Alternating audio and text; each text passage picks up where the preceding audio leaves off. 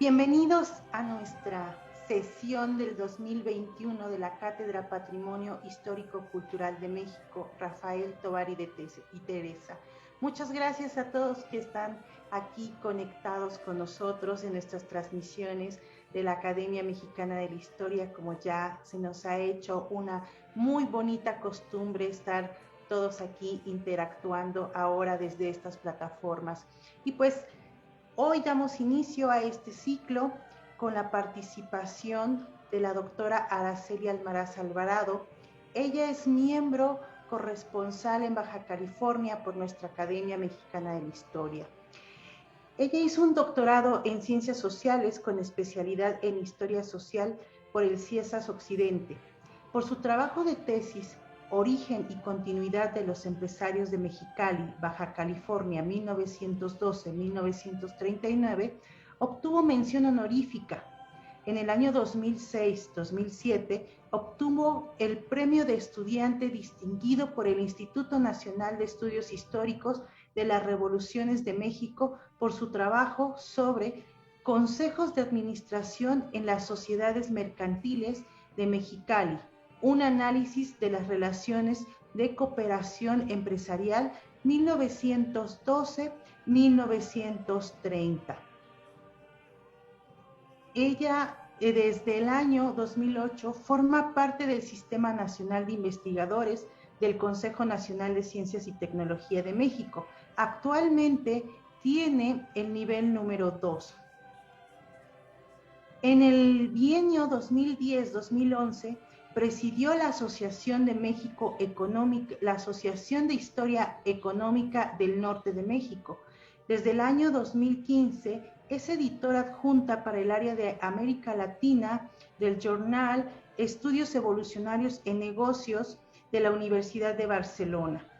En el año 2016 impulsó el proyecto de Archivo Oral de Migración en Tijuana, Baja California, para el registro de testimonios de migrantes. En el año 2018 impulsó el espacio electrónico Historiadoras Económicas de México en la Enciclopedia Libre Wikipedia, con el motivo de la convocatoria que llevó a cabo la Biblioteca El Colegio de México. Ha participado en más de 10 proyectos de investigación relacionados con el desarrollo productivo del norte de México, el análisis histórico de las empresas y los empresarios y la cooperación transfronteriza. Ha impulsado la colaboración de historiadores económicos a partir de proyectos colectivos y ha sido organizadora de distintos eventos sobre historia económica. Es importante también destacar las publicaciones de la doctora Almaraz, en las que ha hecho colaboraciones y ella ha sido autora. Podemos poner como ejemplo Familias Empresariales en México, Sucesión Generacional y Continuidad en el siglo XX, esto con Luis Alfonso Ramírez. También tiene el trabajo Algodón en el norte de México de 1920-1970, impactos regionales en un cultivo estratégico.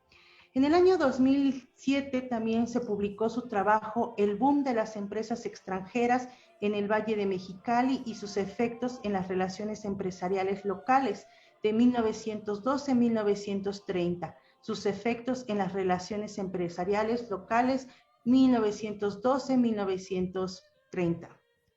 Y también tiene otro trabajo publicado de intérprete y apoderado a empresario, Arturo Guajardo y las redes mercantiles en Mexicali, Baja California, de 1916-1929.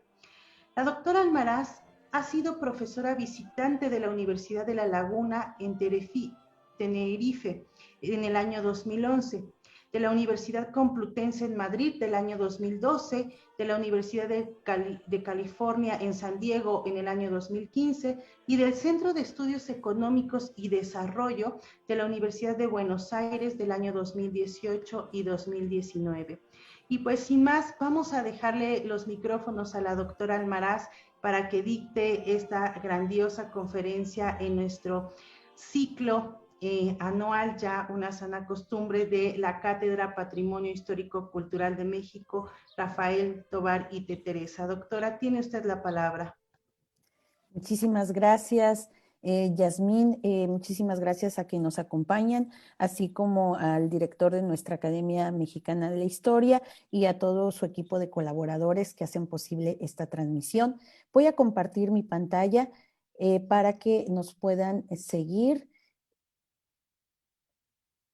quienes nos están escuchando. Un segundo.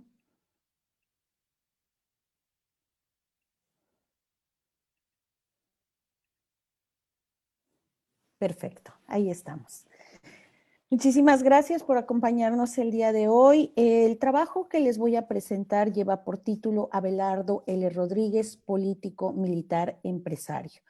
En esta ocasión quiero compartir con ustedes algunos de los archivos que dan pie a la investigación que se puede hacer sobre este personaje, que de alguna u otra manera ha sido un poco, dijéramos, olvidado o puesto en un segundo término si nos referimos a la camarilla sonorense encabezada por Plutarco Elías Calles, a pesar de que, como lo vamos a ver en un momento, tuvo una actividad tanto en lo político-administrativo como en lo empresarial que merece ser reflexionada y puesta en comparación con otros trabajos que se han hecho cercanos a una visión de corte histórico-empresarial y que también esto ha abonado a que de alguna manera el papel de Abelardo L. Rodríguez en la historia se oriente más hacia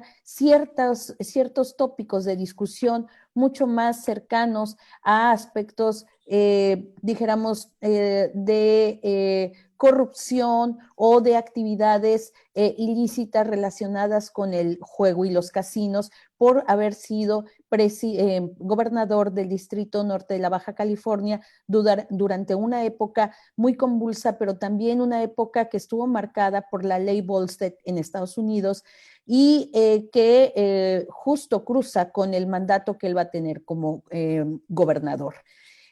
Para darles una idea de lo que les quiero compartir el día de hoy, presentaré algunos antecedentes, sobre todo de las actividades militares y actividades político-administrativas, que de una u otra manera van a ser parte de este desenvolvimiento también en las actividades, en los negocios, y sin las cuales no podríamos entender también esta trayectoria que se va a dar en este ámbito muy particular, que es establecer relaciones tanto comerciales como de inversionista, como de negociador.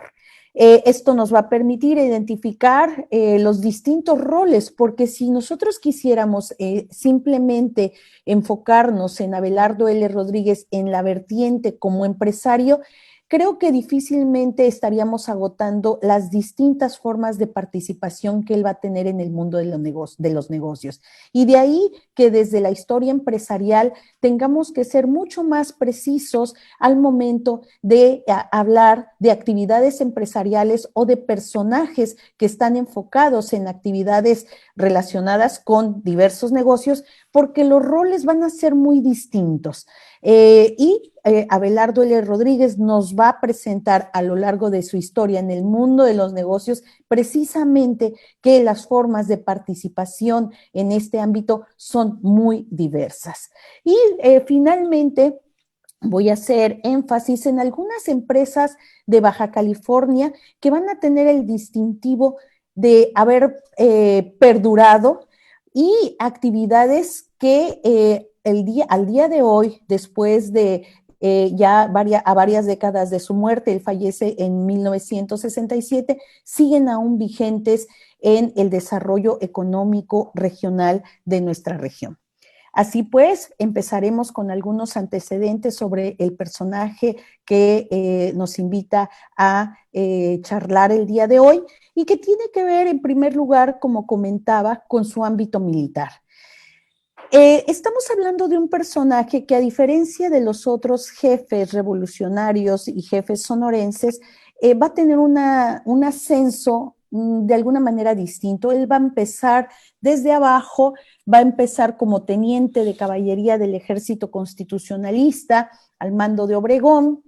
Posteriormente va a estar a las órdenes de Benjamín Gil, y en 1915 él va a participar ya nuevamente con Obregón en las batallas de Celaya y Guanajuato contra Villa.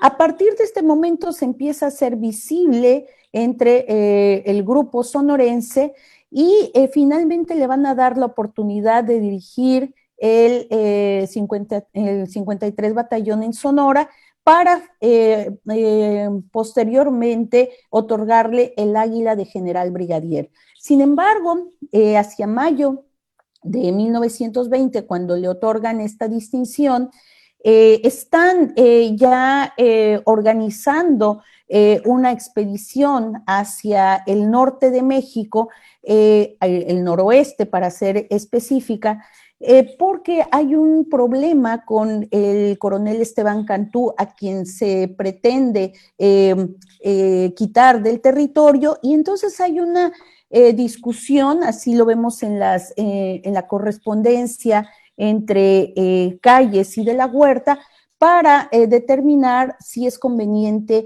que Abelardo L. Rodríguez acuda con esta misión. Situación que, si nosotros leemos en esta correspondencia entre estos dos personajes, no le favorece a Abelardo L. Rodríguez. Ambos se expresan no de una manera muy destacada frente al personaje. Incluso hay ciertas dudas de si tendrá realmente será exitosa su participación ya al mando de muchísimos más efectivos, pero finalmente en julio de ese año se le va a nombrar jefe de esta columna expedicionaria que va a venir al territorio, y que de alguna manera va a estar enlazada a una un primer reconocimiento de los márgenes del río Colorado, donde incluso él va a sembrar algodón. Señalo esto en particular, primer acercamiento a la zona, porque de alguna manera el haberse encargado de una actividad encubierta para después ya entrar como jefe de esta columna expedicionaria, sin duda va a tener efectos en su visión hacia lo que es la posibilidad de hacer o pensar en un proyecto mucho más ambicioso y una serie de relaciones con inversionistas de origen extranjero en esta región. Pero también hay otro dato importante. Él, a pesar de que es considerado parte de la camarilla de Plutarco Elías Calles, él a lo largo de su carrera va a ir haciendo también relaciones muy importantes que le van a redituar para sus propios fines, y donde podríamos decir que él también va a ir armando su propia camarilla, su propio grupo de subordinados, su propio grupo de personajes que le van a ir acompañando en posteriores etapas. Esta participación en Baja California, en el territorio de la Baja California, le va a permitir ya escalar en otros puestos, va a ser jefe de operaciones militares de otra entidad como Nayarit, y después mayor de órdenes de la Plaza de México, o también jefe de operaciones de San Jerónimo en Oaxaca, para finalmente llegar a 1923, después de haber tenido éxito en esta expulsión contra Esteban Cantú. Él va a asumir el nombramiento de jefe de operaciones militares, y posteriormente, en el mismo año, hacia el finales de 1923, le van a conferir el encargo de gobernar el Distrito Norte de Baja California. Y en medio de su participación como gobernador, le van a dar el grado de general de división. Este papel que va a tener Abelardo L. Rodríguez en estos años, que parecieran periodos cortos, van a ser definitorios en la historia que Abelardo va a desarrollar en los negocios, pero debo advertir que no es el único revolucionario que va a tener una trayectoria empresarial. Voy a rescatar brevemente un extracto de Paulina Latapí en relación con la testamentaría de Álvaro Obregón, que al morir prácticamente va a terminar con muchísimas deudas, y lo quiero destacar precisamente porque los dos personajes van a tener actividad empresarial a lo largo de su trayectoria. Sin embargo, la de Álvaro Obregón es se desarrolla mucho antes que su participación como parte del proceso revolucionario. Y no así en el caso de Abelardo L. Rodríguez, que viene de una familia con relativamente recursos bajos. Su papá tiene una ferretería, ellos se van a mover en algunas ciudades de Sonora, pero en realidad no es una familia que venga de grandes propiedades, de haciendas, de una pujanza económica. Realmente Abelardo L. Rodríguez va a desarrollar sus actividades de negocios a partir de que se va a instalar en Baja California, en el Distrito Norte de la Baja California, y finalmente él va a terminar incluso siendo soporte para Álvaro Obregón, no solamente en momentos en los que, y lo veremos un poco más adelante, las siembras, sobre todo de trigo, no van a funcionar bien, y como se va a mencionar en alguna carta entre uno de los colaboradores de Abelardo y, perdón, de Álvaro Obregón y de Abelardo L. Rodríguez, le piden dinero porque les cayó el chahuizcle a las cosechas, y eso les va a impedir llevar a cabo el proceso final y, por supuesto, la venta y la exportación de sus cosechas, incluyendo también el arroz y el garbanzo.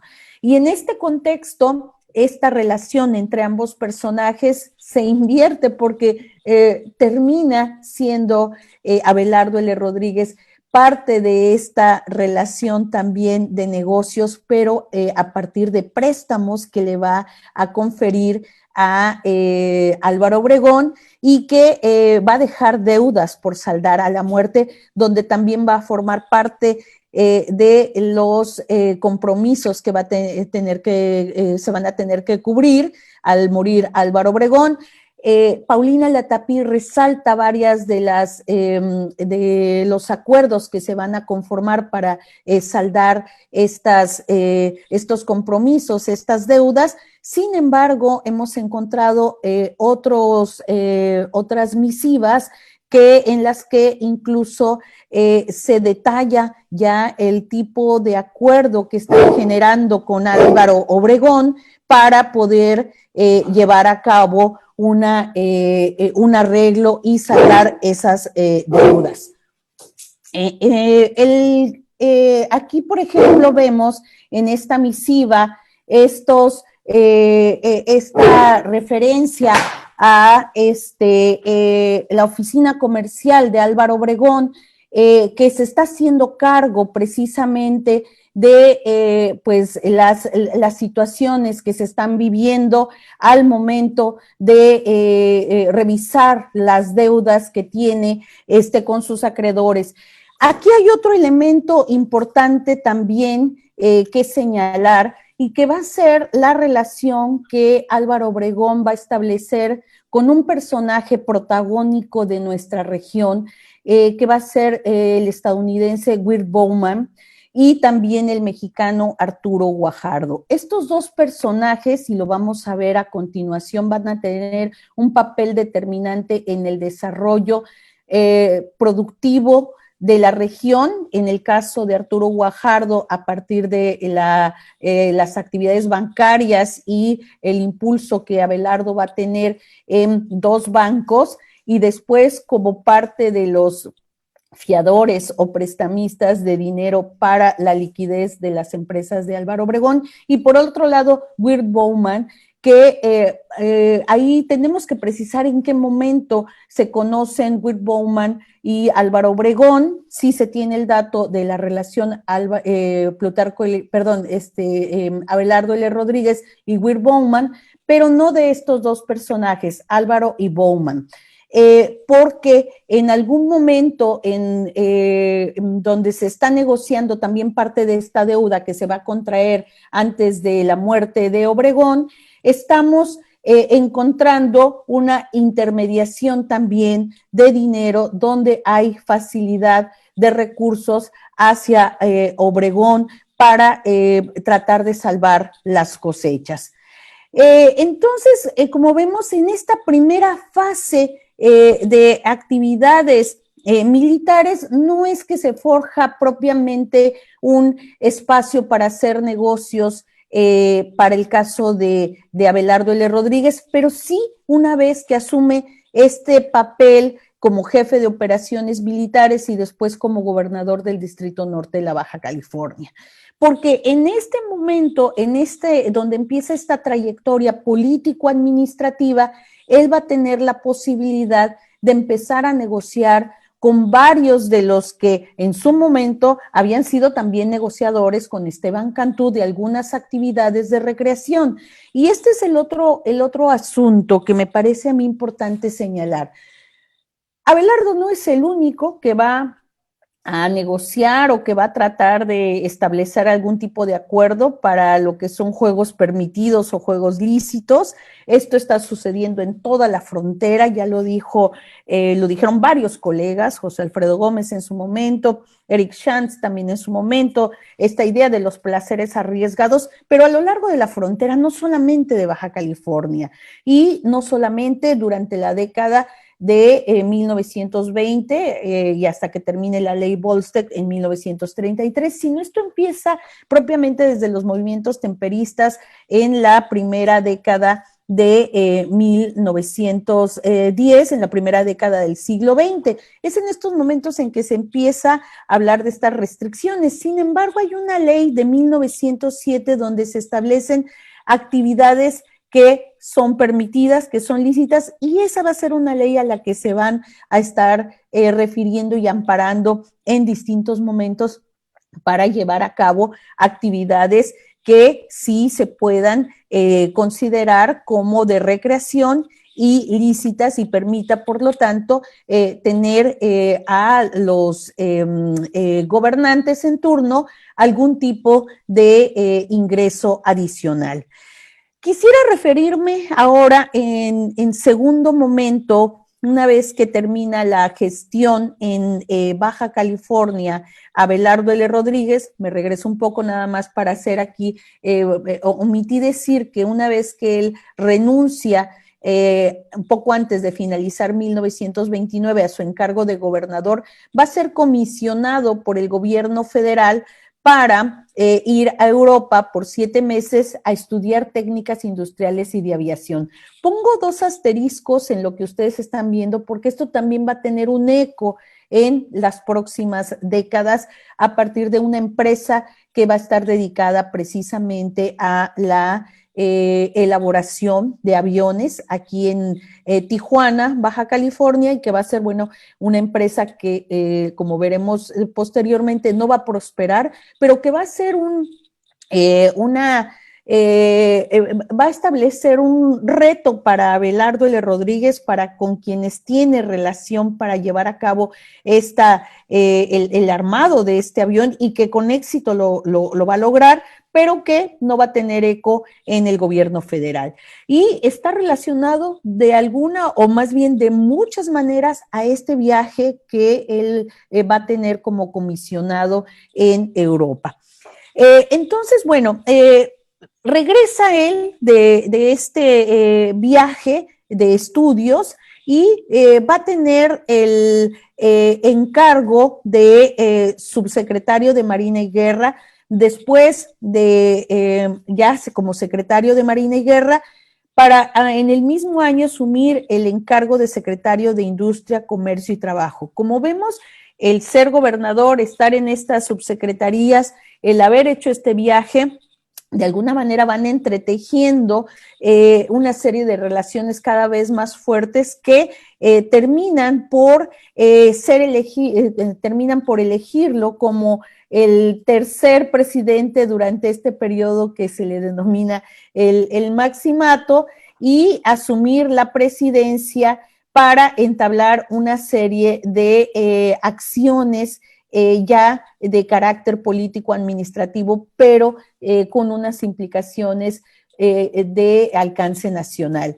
Rescato solamente algunas de las acciones que va a llevar a cabo nuestro personaje, que de repente también, insisto, parecen un poco olvidadas o subsumidas, por supuesto, ante lo que va a venir después de su presidencia o de su periodo como sustituto al final del periodo de 6 años. A él le tocará 32, final desde el 32, 33 y 34, pero este cierre finalmente, insisto, parece que queda desdibujado con la llegada de Lázaro Cárdenas. Sin embargo, quiero recordar a nuestra audiencia, quiero recordar a quienes nos están siguiendo, que algunas de las acciones que llevó a cabo Abelardo L. Rodríguez fueron las siguientes. De entrada, llega, asume la presidencia, reforma la ley de patrimonio ejidal, establece la ley de ejidos,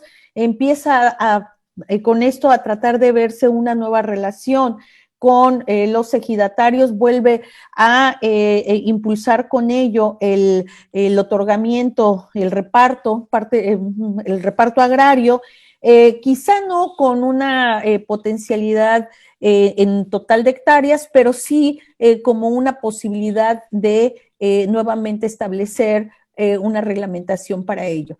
También va a crear el Banco Hipotecario y de Obras Públicas, posteriormente Banobras, la ley de perímetros libres, muy importante sobre todo para en las primeras, desde que se promulga, para Sonora y Baja California, porque él al haber estado como gobernador en esta región se da cuenta perfectamente de las distancias que existen entre el centro y esta parte de la frontera, esta dinámica mucho más estrecha con el sur de California que con el propio centro de nuestro país, y la necesidad, por supuesto, de hacerse de mercancías que prácticamente son imposibles de acceder con viajes tan largos y con caminos y comunicaciones tan accidentadas para ese momento hacia lo que va a ser el noroeste de México.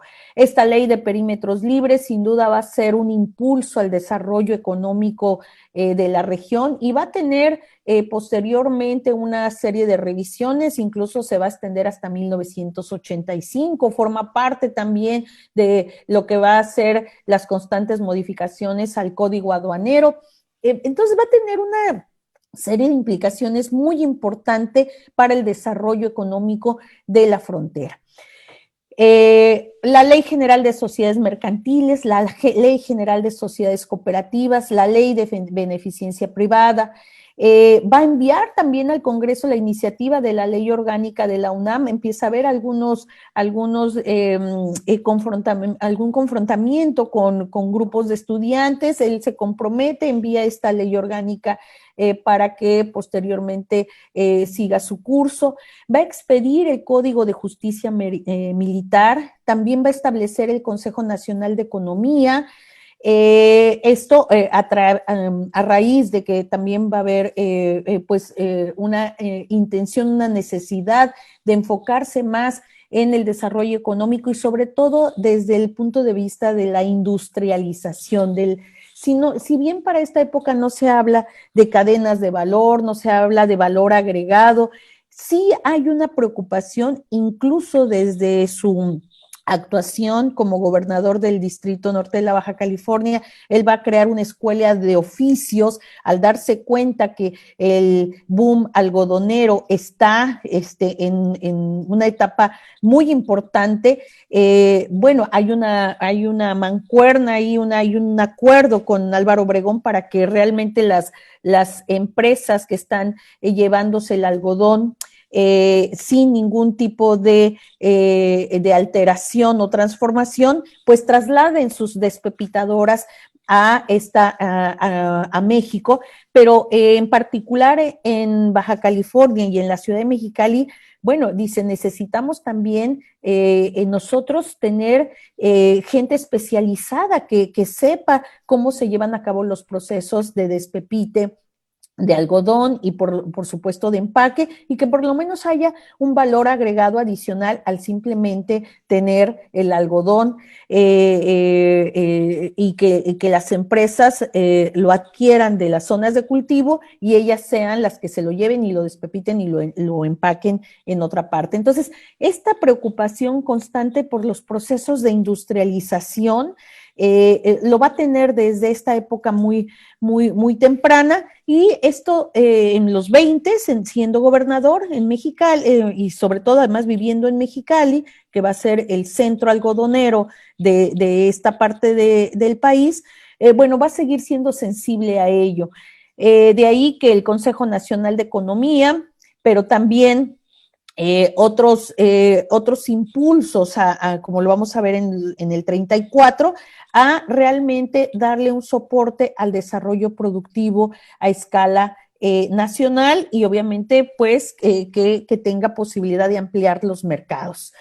En el 33 también va a impulsar la ley federal del impuesto sobre fondos petroleros y va a crear Petróleos de México, que después va a desaparecer, pero que podemos decir, junto con las otras empresas expropiadas ya con Cárdenas, antecederá a la creación de Petróleos Mexicanos. Va a decretar la creación de la Comisión Federal de Electricidad, y hacia el 34 va a establecer el primer código agrario y la ley sobre cámaras agrícolas, lo cual le va a dar un impulso a los diferentes sectores o grupos que están llevando a cabo actividades de orden primario en distintas partes del país. Algo que por lo que quizá tampoco asociamos mucho a la figura de Abelardo L. Rodríguez, pero me parece importante señalar, es la creación de la Comisión de Salarios Mínimos, así como la Ley de Sociedades de Responsabilidad Limitada, la reforma al artículo 28 para tratar de evitar los monopolios, va a crear Nacional Financiera, va a darle forma a la Ley de Secretarías de Estado, y aquí esto hace eco con lo que ya hablábamos hace un momento del Consejo Nacional de Economía, porque al impulsar la Ley de Secretarías de Estado, se va a crear la Secretaría de Economía Nacional, que va a sustituir a la Secretaría de Fomento, Comercio y Trabajo.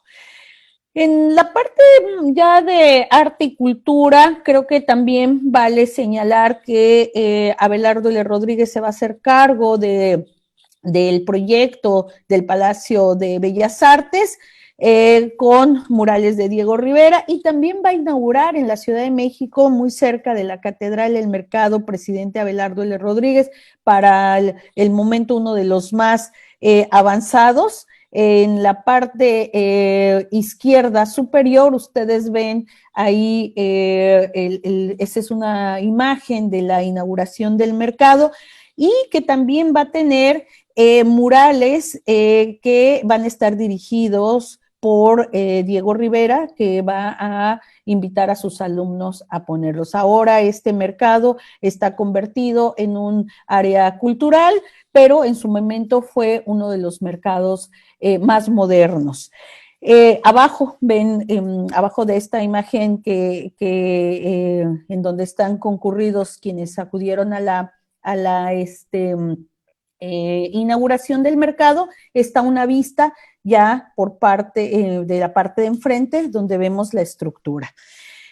Después de haber terminado su participación como presidente de los sustituto de los Estados Unidos mexicanos, fue comisionado federal de planificación económica y posteriormente fue electo candidato a la gobernatura del estado de Sonora, lo cual finalmente va a conseguir y donde él va a tener ahí una actuación también relevante que se va a combinar mucho también con las actividades empresariales, como vamos a ver. Y señaló también el hecho de que ya en el 61, la década en la que él muere, también va a tener otro puesto en el ámbito político-administrativo que será el de titular de la Comisión Nacional Consultiva de Pesca. Y señalo estos dos puestos porque de alguna manera tiene que ver también con el énfasis de algunos negocios que él va a impulsar y que, como ya decía yo al inicio, es difícil pensar la actividad empresarial o en el ámbito de los negocios de Abelardo L. Rodríguez sin asociarla en todos los sentidos a su paso por los distintos puestos que él va a detentar en lo político administrativo y que es donde quizá la mayor parte de mis colegas que se han interesado en la trayectoria de Abelardo L. Rodríguez se van a concentrar mucho más. Creo que la parte empresarial queda también un poco al margen o muy centrada en lo que tiene que ver su actuación en la época de la prohibición en Estados Unidos y por lo tanto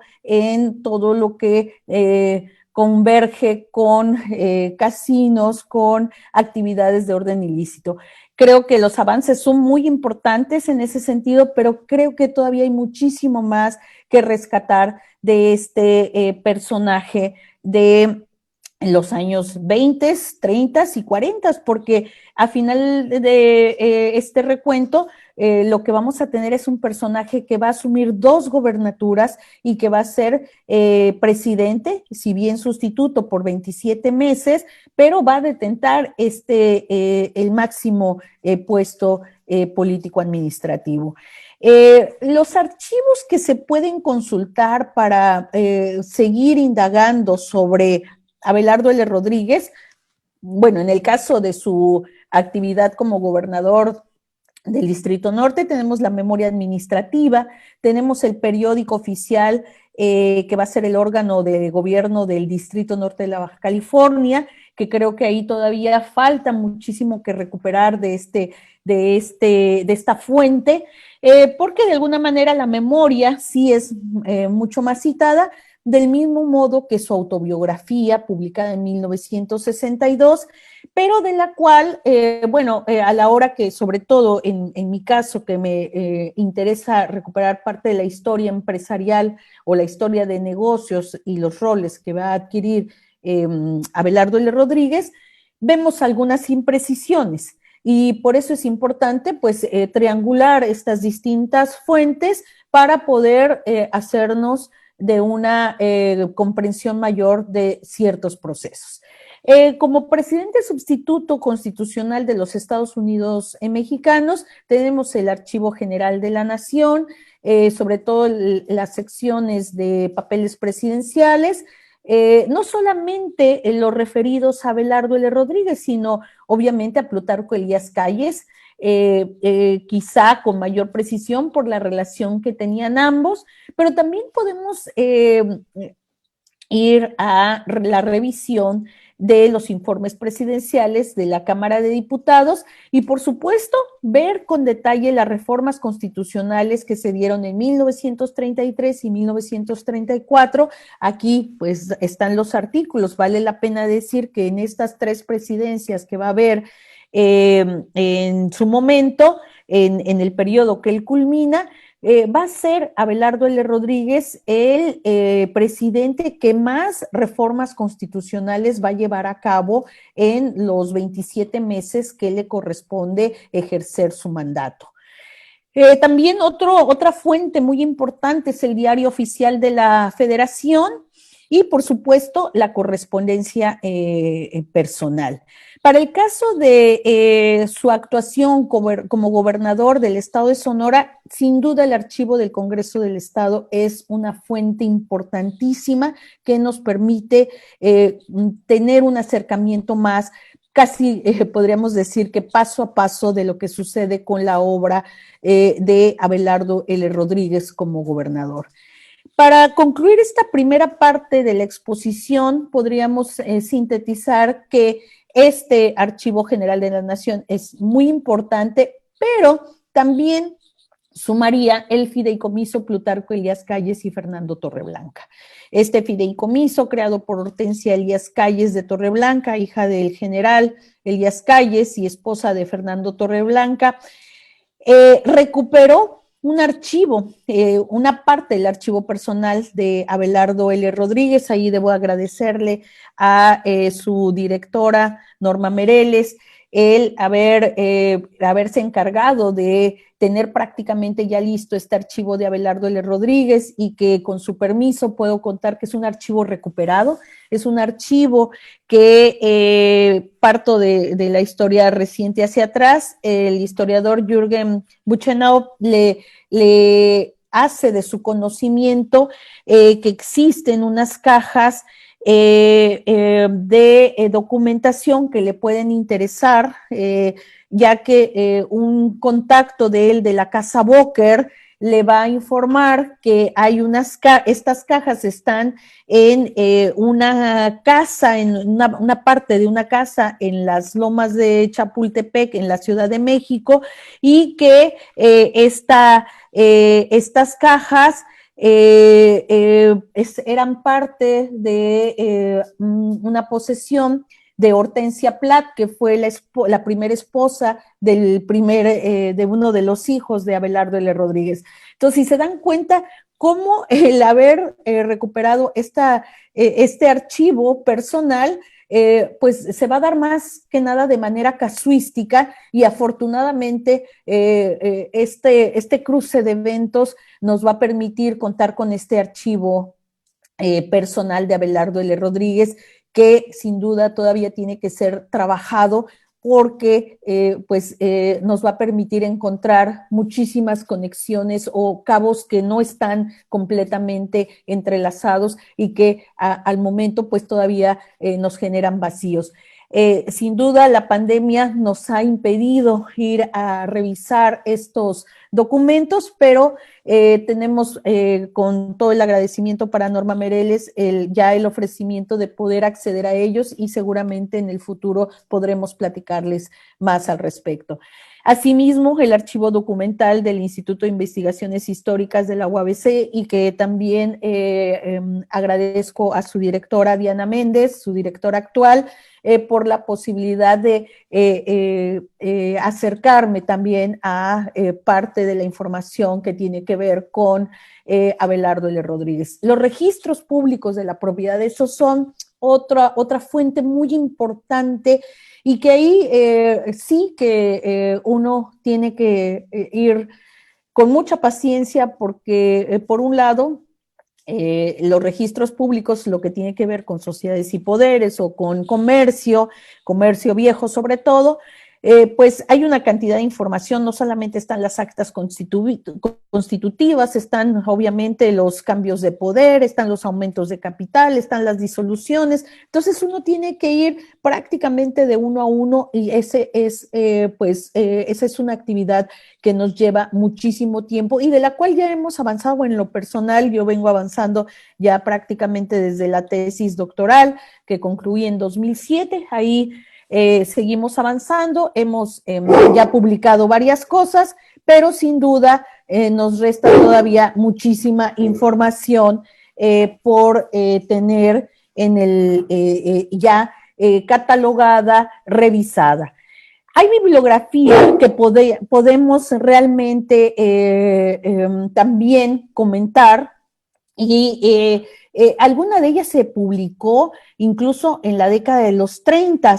que tiene que ver con la vida y obra de Abelardo, así como con actividades que él llevó a cabo, pero prácticamente se deja de escribir de él hacia los 40, 50 y posteriormente ya en los 90 hay un resurgimiento o hay un interés por las actividades de Abelardo, sobre todo mi colega y amigo recientemente fallecido, José Alfredo Gómez. Él estuvo los últimos años de sus investigaciones, los dedicó precisamente a Abelardo L. Rodríguez, más con una mirada desde la historia político-militar, mucho centrado también en estas actividades que es difícil seguir, estas actividades que no están formalizadas en los registros y bueno, él se aventuró a hacer una serie de inferencias sobre documentación que se tenía.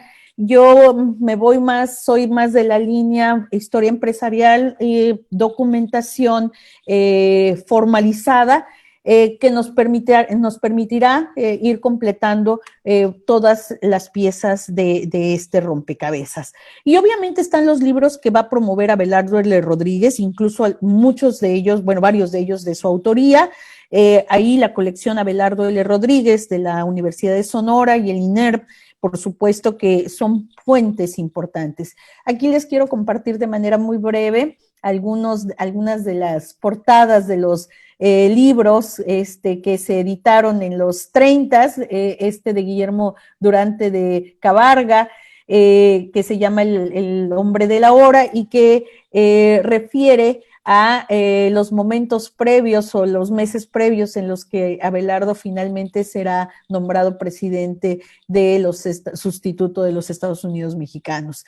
O esta obra de autoría del general que se titula Notas de mi viaje a Rusia.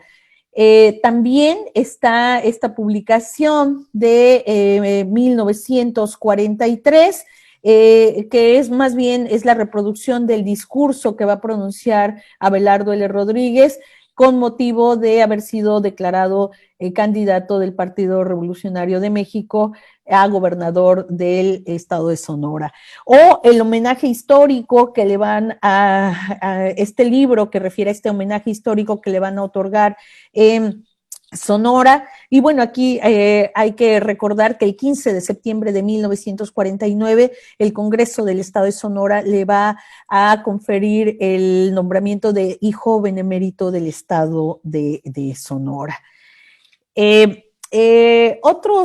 Termino esta sección de portadas comentando ideario que prácticamente son los discursos de Abelardo, son me parece que 62 discursos de Abelardo L. Rodríguez en los años precisamente en que dura su participación como gobernador de esta entidad. Y son comidas que él va a tener, discursos que él va a tener en comidas con los representantes de comercio, con representantes de otros sectores en distintas ciudades, en Guaymas, en Hermosillo. Bueno, este libro está centrado más que nada en los discursos del general. Y después, pues una referencia que generalmente sí es consultada, que es la autobiografía, pero que, insisto, sobre todo para la historia económica, la historia empresarial, sí nos deja vacíos sobre todo de datos sobre el año en que se crean las empresas, los socios de Abelardo L. Rodríguez, pues es de obvias razones que ningún emprendedor o empresario se hace a sí mismo, se hace solo, los roles son distintos y aunque él se llame socio fundador en la autobiografía, en realidad estamos hablando de una sociedad. Entonces, ahí hay todavía mucho trabajo por hacer en la recuperación, estamos prácticamente saldando ya lo que tiene que ver con Baja California, pero toca recuperar lo ya hecho por otros colegas, tanto en Sonora como en también en Sinaloa, donde, como vamos a ver en un momento, Abelardo L. Rodríguez tuvo una participación muy importante. Y llegamos finalmente a preguntarnos desde la historia empresarial, ¿quién fue Abelardo L. Rodríguez? ¿Cuáles fueron esas empresas y esos sectores en las que él participó? ¿Cómo lo hizo? Lo hizo como empresario, emprendedor, accionista, miembro de consejos de administración, socio comanditario. ¿Cómo lo hizo? Creo que avanzar en estos dos puntos nos permite abrir una rendija a lo que a mí me parece algo que forzosamente tendríamos que hacer desde la historia empresarial, que es una comparación con otros personajes, llámese también hombres del ámbito político administrativo, pero mucho más una historia comparada entre los distintos jefes revolucionarios. Como comentaba yo recién iniciada esta charla, en el caso de Álvaro Obregón hay una historia al final que se va a ver muy complicada por las los distintos compromisos contraídos y deudas que van a tener que ser saldadas y que van a tener que ser pagadas con acciones de las empresas que más o menos estaban todavía funcionando, pero también con tierras, con títulos y propiedades.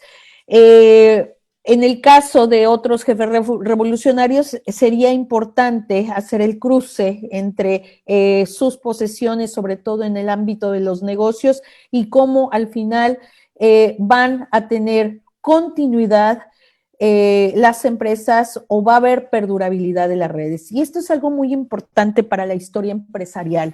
Nosotros no podemos ver solamente el hecho de que hay una empresa y si la empresa se disolvió, si la empresa continuó o si la empresa simplemente resultó inoperante y la tomó otro socio y al pasar de manos tuvo otra historia. Creo que desde la historia empresarial estamos obligados a analizar el legado de quienes van a impulsar empresas.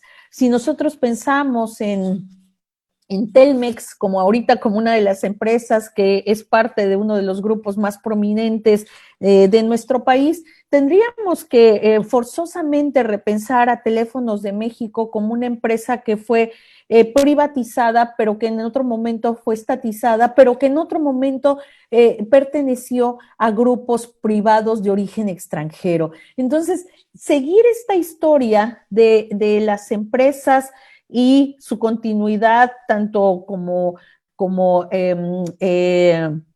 personas morales, pero también las redes de socios que las encarnan, es algo que merece una debida atención, sobre todo si queremos ver los alcances en el desarrollo productivo regional e incluso nacional. De ahí que cuando nosotros pensemos en Abelardo L. Rodríguez, tenemos que estar pensando, sí, efectivamente, en su trayectoria militar que le permitió de alguna manera tener esta visión de país por todos los lugares donde él estuvo y que seguramente le permitió él tener visualmente una información que después él va a tratar de enfrentar ya siendo primero gobernador, después presidente y después nuevamente gobernador y tratar de solucionar algunos aspectos y por supuesto él también asumió distintos roles que no necesariamente tienen que ver con un buen samaritano, sino en una empresa también se trata de productividad y también se trata de hacer funcionar. Miren, él fue, aquí una disculpa, ese signo de porcentaje no es el correcto, ahí debe ser 5. Él fue socio fundador, hasta lo que llevamos revisado, de 55 empresas y socio no fundador de 35. En total tenemos ahorita 90 empresas a partir de 1925. Puede ser que surjan algunas, porque muchas veces los nombres de las empresas no corresponden a la manera en que son conocidas, es decir, hay una razón social y hay otra manera en que se registra la sociedad mercantil. Y luego tenemos también una participación como socio indirecto. ¿Por qué pongo este asterisco en el caso de los socios indirectos? Algo que me ha llevado varios años de investigación y de precisión es encontrar precisamente personajes que no van a aparecer en las actas constitutivas ni en la fundación, ni posteriormente, es decir, no van a ser socios accionistas. Eventualmente se puede tener participación incluso hasta como presidente del Consejo de Administración sin siquiera ser socio, pero para mí es muy importante encontrar cuándo se es socio indirecto y cuándo se es bueno, cuando se es socio indirecto, ya sea por intermediación a través de concesiones o cuando se es socio indirecto porque hay una proveeduría. Y ahí me parece que las dos salidas son muy importantes y lo vamos a ver en el caso de Abelardo L. Rodríguez. Miren, antes de llegar a esas precisiones, creo que también vale la pena señalar los sectores productivos en los que él se movió. Agricultura, por supuesto. Minería, quizá no con la extracción de ciertos minerales, pero sí con la exploración minera. Pesca, indudablemente, ahí tanto en Sinaloa como en Baja California, en particular en los litorales, fue fundamental su participación en empresas que se llevaron a cabo. Agroindustria, por supuesto, relacionados con la pesca y con la agricultura. En la industria aeronáutica, ustedes están viendo del lado izquierdo de su pantalla la copia de uno de los bocetos relacionados con el monoplano metálico mexicano que él se propuso desarrollar a través de una de sus compañías, una de sus empresas, donde fue socio mayoritario. La industria cinematográfica, no podríamos pensar si de repente nos preguntan, oye, ¿qué sabes de Abelardo L. Rodríguez? No se nos vendría a la mente pensar en la industria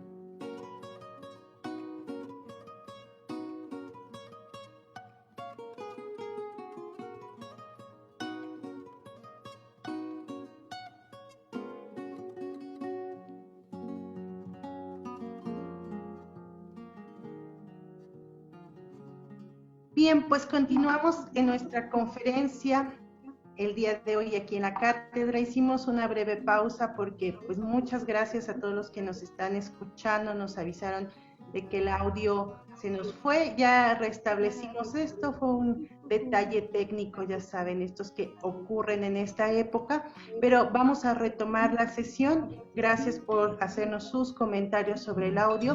Así que, doctora, le regreso los micrófonos a usted para continuar con la conferencia.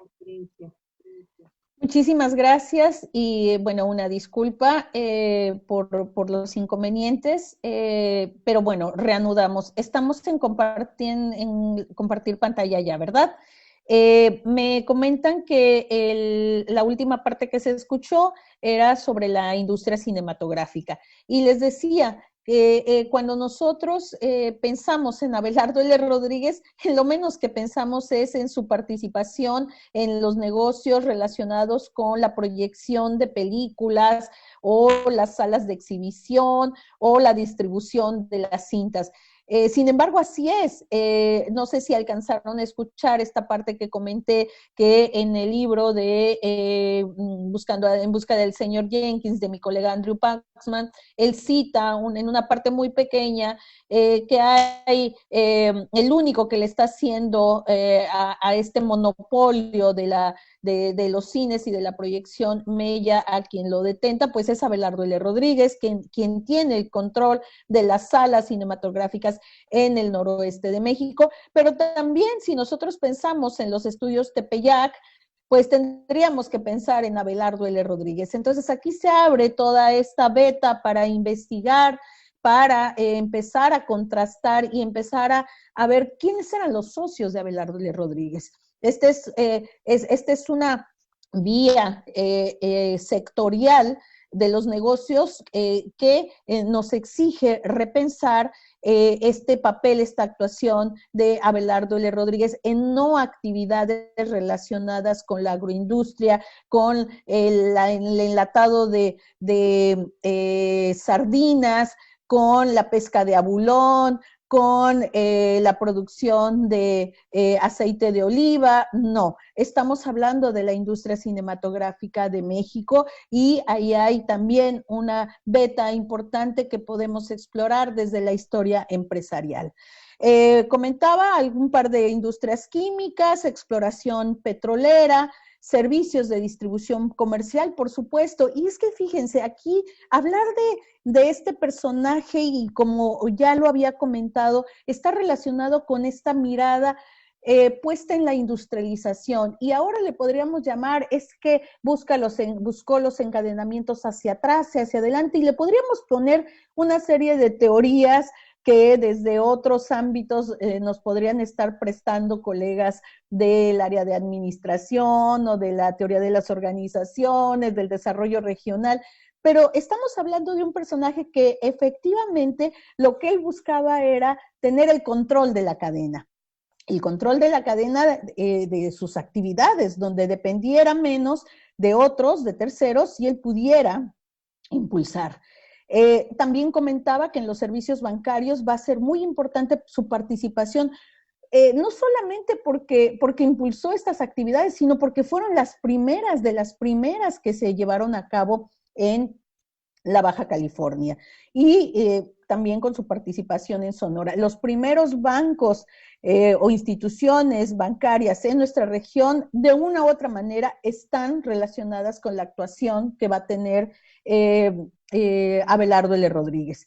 Y en servicios de hotelería, pues tampoco podríamos pensar que él tuvo alguna participación importante si estamos con un imaginario puesto en grandes cadenas o en nombres y apellidos muy conocidos. Sin embargo, si pensamos en Garci Crespo o en Manantiales Peñafiel, podríamos referirnos a esta asociación que hizo precisamente Abelardo L. Rodríguez en Puebla con Garci Crespo, y en estas dos vertientes.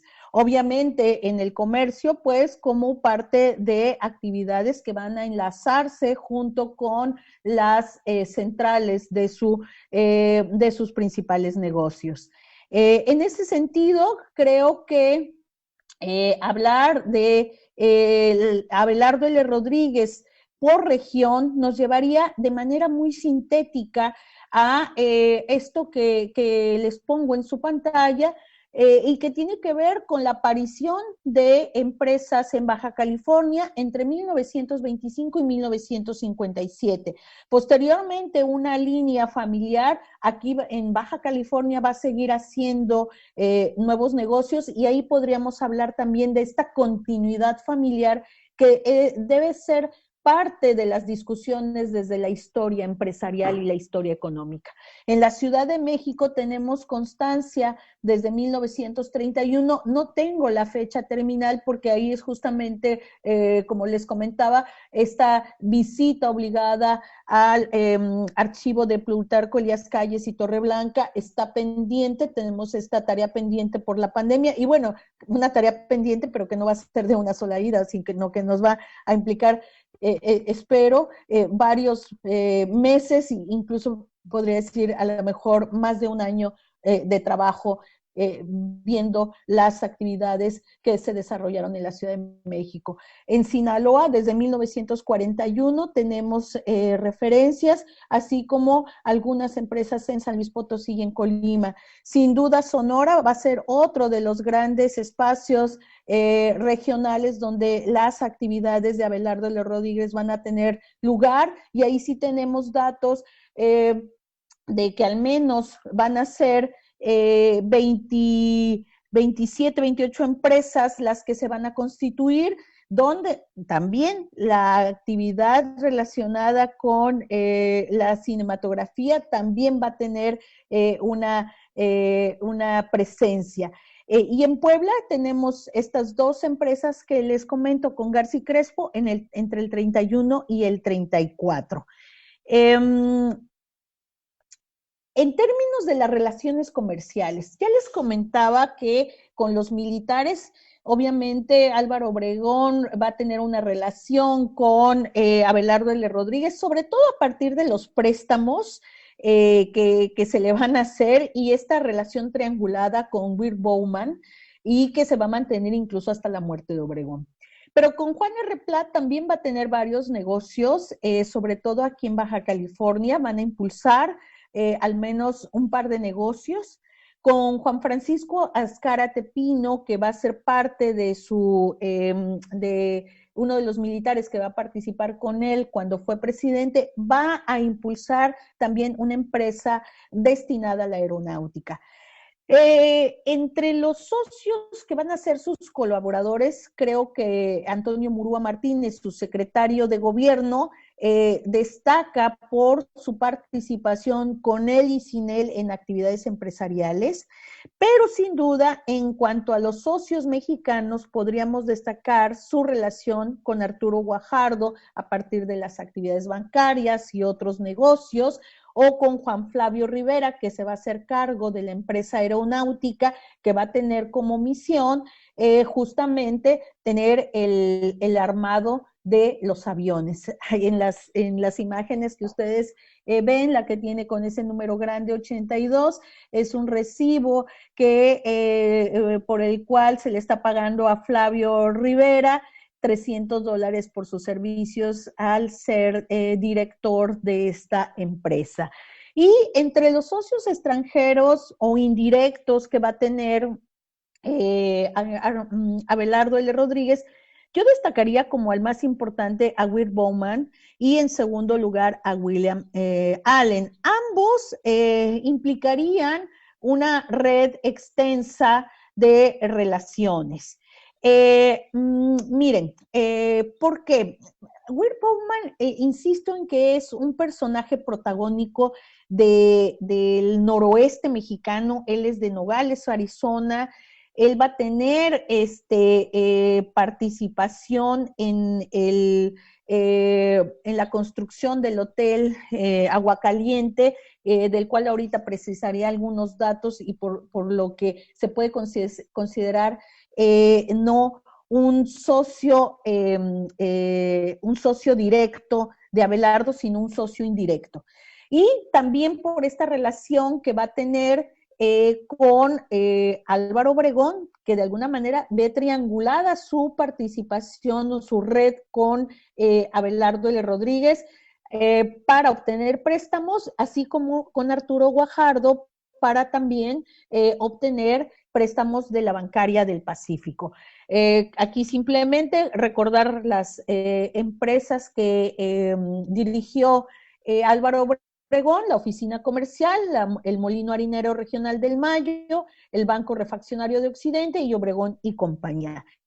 Bueno, él estaba establecido en Cajeme, en una localidad que además el nombre me gusta mucho y generalmente no lo referimos, que es Nainari. Y bueno, desde este apostamiento, ahí se establecen las relaciones con Abelardo L. Rodríguez. Comentaba de Antonio Murúa Martínez, que tiene relación como colaborador, secretario de gobierno de Abelardo, en dos empresas, el Banco Agrícola Peninsular en Mexicali, en Campos Petroleros de la Baja California, en Tijuana y en Pesquera del Pacífico en Ensenada, pero ahí también, si vemos, aparece el nombre de Juan R. Plat. Entonces, ya mencionaba yo que también Abelardo L. Rodríguez tenía su propia camarilla. Parte de esta discusión la llevó a cabo mi colega y amigo José Alfredo Gómez, mucho más pensado como en esta camarilla político-militar. Si la pensamos pensamos las redes y relaciones en los negocios, pues vemos que también están intrincadas estas interacciones. Y Pesquera del Pacífico quizás sea un excelente ejemplo en el cual aparecen Plat, Rodríguez, Murúa y otros dos colaboradores, bueno, más bien otros dos socios de Abelardo, como van a ser Miguel Gándara de Sonora y Francisco Morales, con quien va a establecer otros negocios también en la misma localidad de Ensenada y en Tijuana también. Juan R. Plat, además, va a ser su socio en Tijuana Athletic Club. Quienes han estado en Tijuana recordarán este emblemático lugar, el Jai Alai. Bueno, va a ser parte Juan R. Plat de los socios, así como Abelardo L. Rodríguez. Y Plat va a ser también parte del Foreign Club, uno de los más, ese sí creo yo podría decir, uno de los lugares de alguna manera más estudiados cuando se piensa en Abelardo como parte de estas redes de actividades ilícitas, a veces lícitas, de juegos y casinos. Sin embargo, yo sí quisiera recuperar que en el caso del Hotel y Casino Aguacaliente, Abelardo L. Rodríguez efectivamente nunca participó como socio de la empresa. Él fue un intermediario y fue un socio indirecto. ¿Por qué podemos decir que Abelardo L. Rodríguez fue socio indirecto? Por la titularidad de los terrenos con a la que se comprometió con Weir Bowman para que éste a su vez estableciera el casino. Y como socio intermediario, por concesión. En otros de mis trabajos he insistido en esta categoría del intermediario que pudo haber sido accionista minoritario o no accionista o accionista mayoritario a partir de las concesiones. Bueno, pues en 1926 Abelardo L. Rodríguez consiguió la concesión para utilizar las aguas del manantial Aguacaliente en balneario y servicios de hotel. Obvio que él no puso el balneario ni los servicios de hotel, los puso Bowman. Y en el caso del predio rústico, él adquiere por $10,000 los terrenos una vez que le paga este dinero a Alejandro Argüello, hijo de Ignacio Argüello como sucesor, y una vez que los obtiene, los traspasa a la compañía de Aguacaliente. Esto se da en medio de, sí, efectivamente, hay un socio indirecto porque están viendo cómo van a armar este proyecto del Hotel Aguacaliente y están viendo cuánta gente está cruzando en los meses de marzo y abril, y si nos damos cuenta, eso será motivo en algún otro momento de que podamos hablar de ello, de los cruces fronterizos y del turismo. Pero miren, para la época 1927 ya tenemos que entre el 17 de marzo y el 10 de abril están cruzando 202,000 personas y 57,000 vehículos. Esa es la magnitud y la importancia del turismo en la frontera norte. En ese sentido, no podemos obviar que se requerían caminos, que se requerían puentes, que se requería agua, que se requería luz, y obviamente si había servicios y estos eran o podían ser de recreación, pues era importante. Más si pensamos que California, el sur de California, incluso a partir de 1915, cuando se inaugura la exposición California, Panamá, California, con la apertura del Canal de Panamá, ya empieza ahí realmente una historia de oferta turística en California, centrada en San Diego, que de alguna manera se va expandiendo hacia el sur, pasando por Coronado, el Hotel Coronado, bueno, las Islas Coronado, la isla Coronado, porque las que están enfrente de Baja California son las Islas Coronados, la isla Coronado en el lado de San Diego, y por supuesto una región que no va a dejar de tener esta posibilidad de desarrollo turístico y que se va a extender incluso hasta Ensenada y que lo seguimos viviendo hoy día. Miren, les pongo es el plano de los terrenos que finalmente consigue Abelardo, y para ir concluyendo, impactos en el desarrollo regional de Tijuana y Mexicali. Yo podría rescatar a través de la Bancaria del Pacífico, la compañía aeronáutica, a pesar de que no se concretó el que se pudieran fabricar y vender los aviones. Creo que si algo nos dice esta compañía es que tenemos la posibilidad, siempre hemos tenido la posibilidad de crear cosas, que existen muchas veces otros intereses que no permiten llevar a cabo o concretar proyectos de alto calado. Sí, es cierto, pero en 1927 en Tijuana se construyeron aviones, 3 tipos de aviones. Campos petroleros de la Baja California, impulsada en el 28, 2 radiodifusoras en conjunto con la familia Barbachano, que de alguna manera están ligadas a teléfonos del noroeste, que siguen vigentes hoy en día. Obviamente con Arturo Guajardo, pues los servicios bancarios. En el caso, sí, efectivamente, no solamente va a ser Wirt Bowman como socio indirecto, también va a tener socios directos como William Allen o Carl Whittington, que también le van a permitir una red mucho más amplia, y que está el nombre de Abelardo L. Rodríguez en las constitutivas, en la productora de vinos y hielo de Mexicali. Es decir, no está escondido el nombre, donde participó aparece, y está su nombre en las constitutivas o en los aumentos de capital o cuando se suma como socio. Esta es una foto con el equipo de quienes eran parte de la fábrica de aeroplanos que no fructiferó. Está tomado de un par de fuentes. Los 3 aviones que se intentó,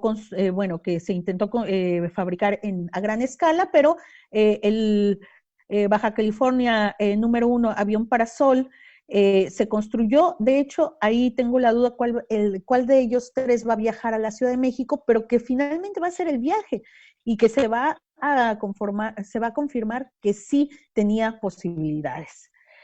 Impactos en el desarrollo regional de Ensenada, sin duda. Estas son las actividades que se desarrollaron en Ensenada y que al día de hoy, independientemente de que a la muerte de Abelardo L. Rodríguez se adquirieron por un banco paraestatal, y en el 71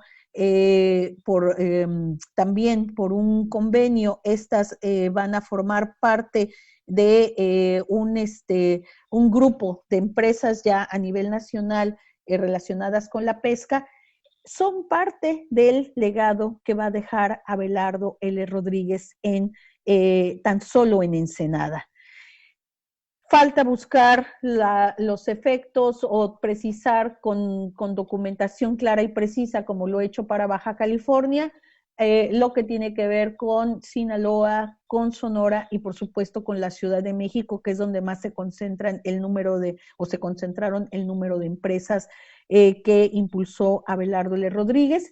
Y estos son los archivos y esta es la investigación que está abierta y las muchas vertientes que se abren para entender la actividad turística, los servicios bancarios, la manufactura de algodón, la agroindustria, las actividades pesqueras, el desarrollo del puerto de Ensenada, la siembra de olivos. Me decía hace relativamente poco el hijo de Vicente Ferreira, que su padre, bueno, su padrastro le tocó impulsar la siembra de olivos en el Valle de Guadalupe, precisamente impulsado por Abelardo L. Rodríguez, quien en su momento tenía que decidir si iba a producir sardina en tomate o sardina en aceite. Al decidirse que sería por aceite, obviamente, pues requiere esa materia prima. De ahí el impulso de la siembra de olivos para poder establecer las primeras prensas de aceite y que a su vez estas suministraran a la empacadora o a las otras empacadoras. Volvemos con esta visión encadenada y de no depender de otros insumos que se pueden producir dentro. En los 20 y los 30 las regulaciones del juego llevaron de alguna manera a la culminación de algunas de las actividades impulsadas en este segmento por Abelardo. Sin embargo, han pasado por distintos estadios y ahora incluso están los permisos para seguir llevando a cabo actividades de esta índole, por lo cual en su momento el haber culminado con un proyecto como el del Hotel y Casino, y no estoy haciendo una apología de la existencia de lo ilícito, pero sí de lo importante que en su momento fue el casino, no como un centro de vicio, sino como una nueva forma de tener espacios de convivencia social. Eh, donde venían orquestas, donde podemos decir que está la génesis de la gastronomía baja californiana, debido a la cantidad de, no solo de comensales, sino también de chefs que estaban experimentando la oferta de alimentos en estos espacios. Entre los 30 y los 60, que es cuando muere Abelardo L. Rodríguez, pues obviamente las empresas pesqueras que van a ser adquiridas, comentaba ya, por el Banco Nacional de Fomento Cooperativo y que, bueno, finalmente siguen algunas de ellas siendo activas. La perdurabilidad de la agroindustria pesquera es sin duda parte de este gran legado que se deja por parte de este personaje y de sus socios. En otro momento escribí que más que llamar a Abelardo L. Rodríguez empresario, yo creo que podría denominársele un hábil negociador e inversionista, que a partir de los negocios donde invirtió y negoció generaron perdurabilidad, impacto regional y sectorial. Así que los archivos aún están abiertos para la historia empresarial. Muchísimas gracias.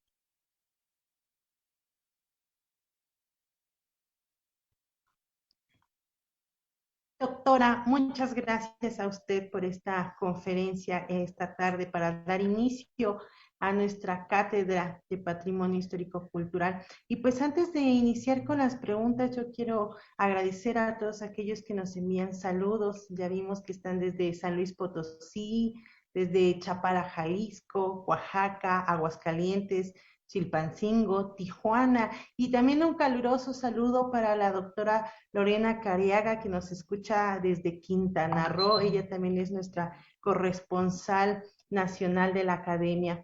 Y pues vamos a intentar dar lectura pues a algunas o todas las preguntas, dependiendo del tiempo que nos lleve, de los espectadores que estuvieron muy participativos en esta sesión.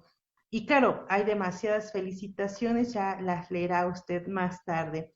Nos pregunta Ángel Montiel, ¿alguna vez ha tenido dificultades para acceder a un archivo?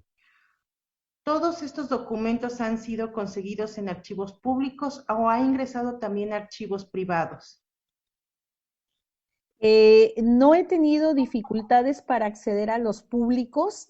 Lo que sí es muy difícil, el registro público de la propiedad es muy difícil, no solamente porque en muchos casos no está digitalizada la información, entonces o vas a registro público y si no está ahí, entonces hay que ir a notarías y entonces ahí hay que hacer una investigación, obviamente que te lleva muchísimo tiempo. Los archivos privados, afortunadamente creo que nos están permitiendo tener este acercamiento para poder llevar a cabo este tipo de investigaciones que creo que son muy necesarias. Entonces, hasta el momento no he corrido con esa suerte de tener buenos interlocutores. Nos falta, eso sí, habría que decir, archivos de empresas, pero eso no tanto porque sea difícil, sino porque muchas veces las empresas cuando culminaron no tuvieron el cuidado de tener sus archivos precisamente para el resguardo de esa memoria de esa sociedad. Entonces ahí nos enfrentamos a que pues no están en un lugar donde incluso uno pueda ir y gestionar el acceso a esta información. Verónica Pérez, ella pregunta, ¿cuál fue el motivo por el cual Alberto L. Rodríguez fue presidente sustituto? Abelardo L. Rodríguez. Bueno, Abelardo va a ser sustituto en la medida en que hay esta renovación, se está dando de los dos antecesores. Él va a entrar en la terna para que se pueda votar y finalmente se decide en el Congreso que es él. No creo que haya sido del todo el que haya contado con más, quizá con mayor aceptación. De hecho, previo a su ingreso ya como presidente, el embajador de Estados Unidos en México ya le está preguntando a otros interlocutores, incluso a Calles, y está en uno de en el libro de la correspondencia personal del general Calles, les están ya preguntando que por qué él se está autodenominando y que no sería correcto hacerlo. Finalmente creo que tiene que ver con la confianza que él se va a ganar sobre todo de Calles. Ernesto Jiménez y Roberto López comentaban ahí en la transmisión sobre un canal de televisión y en concreto lo que consultan es, ¿qué opinión tiene usted del programa de televisión History Channel que liga a Abelardo L. Rodríguez con la mafia de Estados Unidos? El programa, que además lo acaban de pasar recientemente, creo que la semana pasada lo volvieron a transmitir, sin duda tiene un sesgo. Hay cosas que efectivamente sí sucedieron, por ejemplo, el altercado que va a tener Abelardo L. Rodríguez con y de hecho no es uno, sino es con dos periodistas del Monitor. Pero hay algunos eventos inconexos, incluso cronológicamente hay una parte que no está correcta. También platicando con José Alfredo Gómez, descontextualizaron un poco ciertas afirmaciones que mi colega hizo, y con esto vuelvo a decir que no soy apologista de Abelardo L. Rodríguez. Tampoco quiero decir que él no tuvo ningún lazo con la mafia estadounidense. Lo que puedo decirle a Ernesto es que en el contexto de la ley Volstead, y lo vemos en Tijuana, en Baja California y en el resto de la frontera, había una necesidad por parte de los grupos económicos de Estados Unidos, obviamente, de canalizar su producción, o bien de producir, resguardar, o bien de generar un nuevo mercado. Entonces, en ese sentido, lo que en su momento estaba prohibido y que era incurrir en una cuestión de ilícita al producir o comercializar bebidas alcohólicas, En el caso mexicano no lo era. Después va a haber una contradicción porque va a haber prohibición también por parte el gobierno mexicano, pero no tanto para la producción de las bebidas, sino sobre todo para todo lo que va a ser actividades recreativas asociadas a trata, prostitución, juegos de azar, pero sin duda que los que van a llegar, los inversionistas estadounidenses que están buscando por dónde darle salida a su mercado, van a tener interlocución no solamente con Abelardo L. Rodríguez, sino con el resto de los gobernadores de los estados de la frontera. Es parte de esa dinámica y entonces creo que History Channel lo que hace es darle el sesgo que quiere a su programa y atraer precisamente la atención con pues su serie sobre la mafia. Si esa es la atención que el canal le quiere dar, pues va a buscar arreglar ciertos eventos para dar ese énfasis. Sin embargo, creo que hay vacíos en el programa que creo que no era del interés de ellos manejar ni precisar.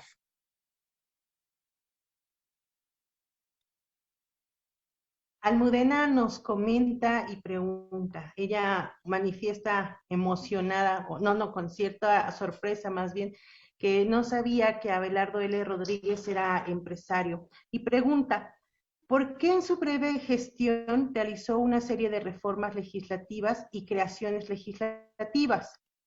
¿Qué momento político-social se vivía en nuestro país para realizar las reformas y creaciones legislativas? Yo, sin duda, al momento de revisar las reformas que va a hacer Abelardo, pero las que va a hacer Pascual Ortiz Rubio y lo que le va a seguir en ya el periodo de Lázaro Cárdenas, creo que hay hasta cierto punto se ve una continuidad del impulso que se le quiere dar al país, dando ciertos espacios a grupos que están ya empezando a tener conflictos con el Ejecutivo, como podían ser los estudiantes, como podían ser obviamente los ejidatarios, pero también ya se está viendo la potencialidad de cómo ir posicionando al país en una lógica mucho más tirada para adelante en términos de la producción o el desarrollo regional. Después van a venir las grandes obras y acciones de Cárdenas, pero que sin duda no podrían haber tenido cabida sin estas reformas iniciales. Creo que sí había una visión de grupo, en algún momento hay rupturas dentro de la propia camarilla, pero sin duda creo que se están sentando las bases para un tipo de estrategia que va a seguir el país.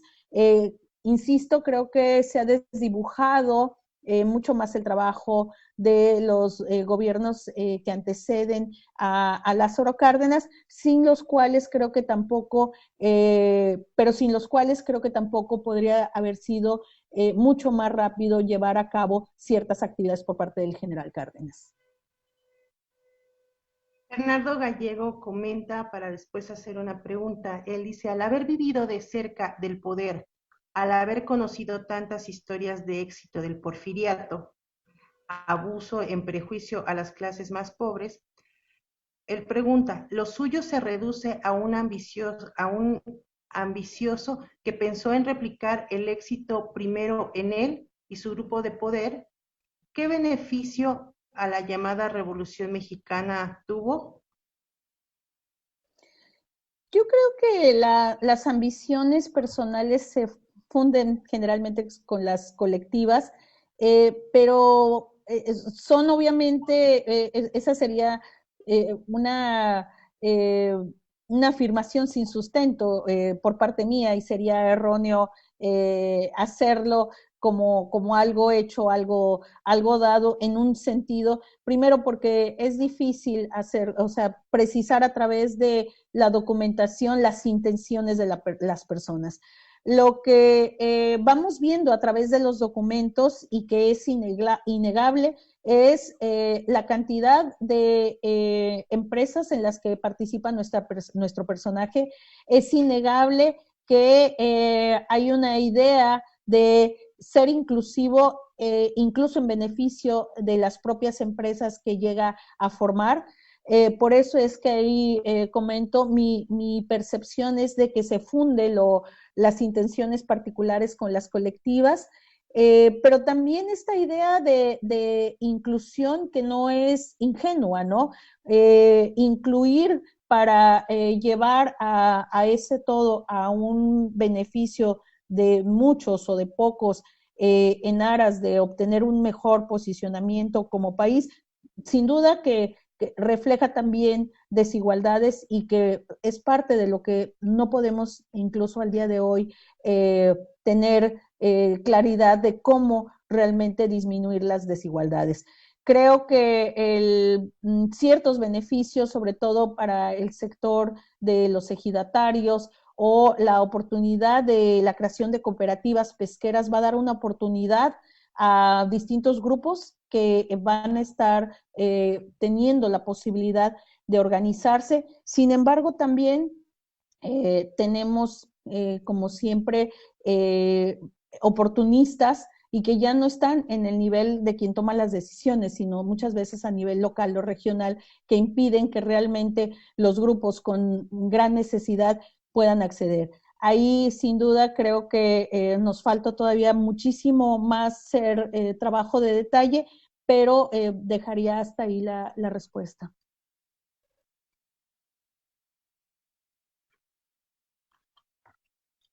Pregunta Juan Flores, en el rompimiento de Cárdenas Calles, ¿cómo queda Abelardo Rodríguez y posteriormente a la salida de Calles? Creo que en algún momento se pelean todos. Se pelea Abelardo L. Rodríguez, bueno, pues se considera cercano a Calles, pero en algún momento algunas de las medidas que va a tomar el propio general Abelardo L. Rodríguez no van a ser del todo del agrado de Calles. Entonces yo creo que una vez que se llega al poder, al final de cuentas, aunque las jerarquías o este orden de mando, estas lealtades de las que hablaba mi colega José Alfredo Gómez, se mantienen en un sentido, pero muchas veces en otro no. Entonces, yo creo que entre todos ellos hay momentos en los que no se mantienen estas lealtades y que se empiezan a generar fracturas al interior de de las mismas camarillas. Y como ya decía yo, también Abelardo va a generar su propia camarilla y yo creo que él queda un poco en medio. Seferino Mendoza pregunta, ¿quién sería el político, militar y empresario contemporáneo con el mismo perfil y carisma que Abelardo L. Rodríguez que tuvo alguna vez en la historia? No me atrevería yo a dar una respuesta en un sentido, ya que desconozco ahora sí que con puntualidad la cantidad de negocios o sociedades o asociaciones como las que tengo ahora para Abelardo de otros personajes político-militares. Podríamos pensar que el caso de Abelardo o el caso de Plutarco Elías Calles pueden ser buenos ejemplos para iniciar lo que yo decía al inicio de la charla, es una buena comparación, hacer una comparación desde el ojo de la historia empresarial los alcances de las negociaciones, las sociedades mercantiles y el tipo de participación. Yo insisto en que tenemos que indagar mucho más todavía de estas asociaciones indirectas o de estas concesiones. Creo que en México requerimos estudios desde la historia empresarial desde este tipo de participación. Las concesiones que se van a dar no solamente desde mitad del siglo XIX, sino todo el siglo XX. Ahí tenemos una oportunidad de entender mucho de cómo suceden las asociaciones y cómo se dan los alcances de empresas y de grupos empresariales. Y ya para ir concluyendo esta sesión, preguntan aquí, ¿cuáles fueron los aportes en torno a la cultura por parte de Abelardo L. Rodríguez? En torno a la cultura, hay algunos estudios, sobre todo para Sonora, sobre el impulso a la educación, el impulso a ciertas obras, incluso crearon una fundación, él y su esposa Aida, de la cual no he hablado, desconocemos poco, bueno, desde documentos precisos, se sabe lo que se ha publicado, pero bueno, en particular a mí me gustaría conocer un poquito más sobre la historia de Aida Sullivan Coya, pero ellos dos tuvieron esta organización, esta fundación Esposos Rodríguez, y a través de ella dieron distintas ayudas. También impulsaron varias actividades que encaminaron el desarrollo de la cultura, sobre todo en Sonora, ¿no? Donde va a ser más su actividad en este sentido del arte y la cultura. En el caso de Baja California, yo creo que era pues muy joven, era muy temprana la trayectoria de Abelardo L. Rodríguez, y ahí yo descartaría la Escuela de Oficios Progreso, donde el interés era impulsar precisamente la formación de técnicos especializados que pudieran trabajar o incluso impulsar sus propias actividades dentro de la agroindustria del algodón. Y ya para cerrar ahora sí la sesión, tenemos aquí una pregunta. Dice, doctora, ¿puede comentarnos un poco más acerca de la Banca del Pacífico y la Peninsular y sus vínculos con Arturo Guajardo y la familia Barbachano para el desarrollo de esta en Baja California, en particular en Tijuana? Anexa, muchas gracias. Tuve la oportunidad de leer un artículo suyo previamente. Ay, bueno, nos extenderíamos. La organización de la banca en la región va a ser, insisto, definitiva, primero porque están llegando las empresas algodoneras. Recuerden que Mexicali se va a convertir en uno de los centros algodoneros más importantes del norte de México después de que algunas empresas van a partir de la laguna hacia Mexicali, y se requiere efectivo, es una gran cantidad de dinero y obviamente, de pacas de algodón las que están circulando por aquí, entonces es impensable no tener una referencia sobre cómo se organizaba los préstamos, cómo se refaccionaba a quienes estaban teniendo una actividad central en el desarrollo del algodonero. Así es que, bueno, esta bancaria o estos dos bancos en los que van a participar y que después una absorbe a la otra, sin duda el papel de Arturo Guajardo, y ahí tengo un escrito sobre él que para mí es un personaje también local, que nos va a permitir entender mucho de cómo se van a forjar esos hombres que van a llegar a lugares donde prácticamente antes del siglo XX no había nada, como lo fue en Mexicali, y que de repente, en medio de un interés por introducir canales de irrigación y de explotar el algodón, pues va a devenir todo un desarrollo agrícola en torno al algodón, donde se va a requerir intermediarios, intérpretes, y Arturo Guajardo va a ser uno de ellos.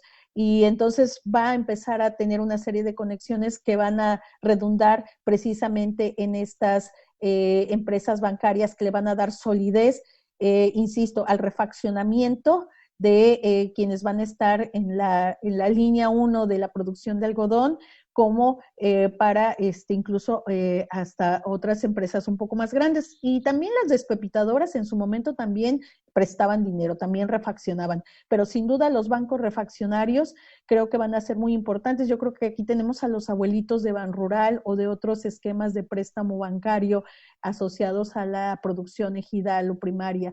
Creo que aquí hay esa semillita y hay que estudiarla desde esa perspectiva. Pues llegamos ahora sí al final de esta conferencia. Les agradecemos a todos aquellos que estuvieron pendientes en nuestra sesión, pues en esta sesión inaugural de nuestra quinta ya Cátedra de Patrimonio Histórico Cultural de México, Rafael Tovar y de Teresa. Y recuerden que nos encontramos el próximo mes, el 8 de marzo, con la conferencia del doctor Rodrigo Martínez Barax, quien nos hablará sobre robos, intercambios, ocultamientos, recuperaciones, invenciones de libros y documentos mexicanos. Así que los esperamos aquí en las transmisiones de la Academia Mexicana de la Historia. Doctor Almaraz, muchas gracias por esta conferencia. Nos encontramos pronto. Claro que sí. Gracias a todos y a todas.